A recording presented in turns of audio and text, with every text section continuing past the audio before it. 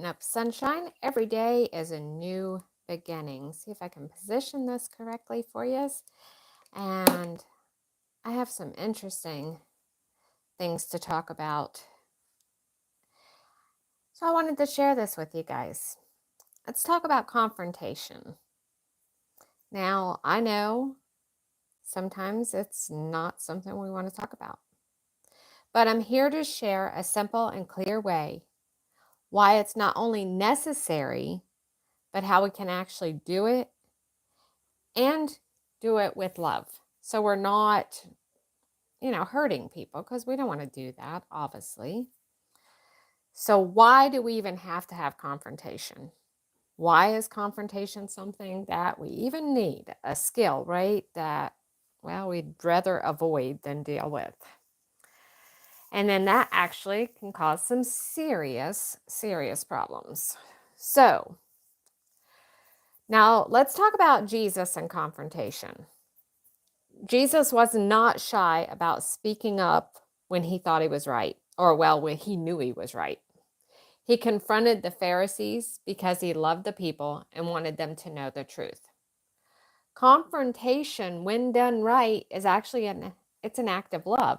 It's about helping people actually see what they might be missing, not just about pointing out mistakes. Love is the key. If confrontation comes from a place of love, it's never destructive, but constructive.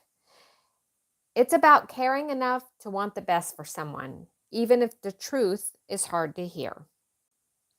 So how do we actually confront with love? We have to check our heart first. Before you say anything, ask yourself, why am I doing this? If it's out of anger or to prove you're right, you have to stop. And you have to pray for a heart of love. Confrontation should be about healing and reconciliation, understanding, and not so much about being understood, but it's about not hurting. Don't hurt other people. But what you do want to be understood about is the truth. So you're trying to get the truth across. You have to speak truth gently. Speak the truth, yes, but with kindness and with mercy. Remember, using Christ as our example, Jesus was confrontational, yet he was also merciful. Your words should actually aim to heal and not harm. Think before you speak. Make sure your words are full of grace, because less is often more. Sometimes the less you say, the more impact it'll have. So, if we want to have a greater effect with people, we have to watch the way we say things. Communication is a skill. So, your goal is not to lecture, but to enlighten people, to tell the truth. Focus again on restoration. You're not there to win the argument, but to restore, whether it's the relationship, a situation, or someone's understanding of right and wrong. Your aim should not be to cut people down. It should be to bring peace and growth. Looking at the Bible, Galatians 6:1 talks about restoring gently. It's all that spirit of how you're doing it. So pray, pray, pray before you confront. Pray for wisdom and the right words. Communication is so important. After you pray for the outcome, pray for healing and for growth as well. Remember, it's God's work through you. So some practical applications and real life examples. Imagine your friend is gossiping. Instead of joining in, you gently say, hey, I think we should lift each other up, not tear each other down.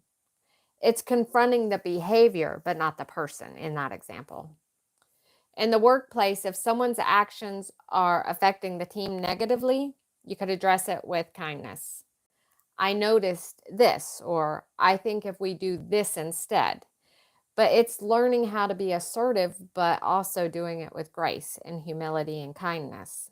Again, it's all how we come across. Are we coming across bossy and possessive and aggressive? It could really help us work better together if we do this, or this could help the team if we do that, instead of, hey, you ain't doing nothing. Family confrontation at home should be about love and growth as well. If a family member's struggling, approach them with, I love you, but I'm concerned about you. Can we talk about this? How can I help you? How can I support you? And don't forget to listen to them, because often they'll tell you. Confrontation with love is powerful because it builds trust, and you build people up instead of tearing them down, because nobody wants to be torn down. It brings truth to light, fosters growth, and heals relationships. So, speak up when necessary, but always from a place of love. Remember, if you are willing to suffer in order to do the right thing, no matter who likes it or what it costs you, God will reward us.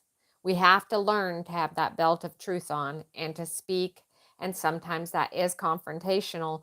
So we have to do it, even with our tone of voice. We have to do it kindly and softly, but we also have to do it. We have to speak up for what's right. So confront with courage, compassion, and always in prayer. That's what I was thinking about, and I hope that this helps you guys to strengthen yourselves to speak truth in love. See you in the next video.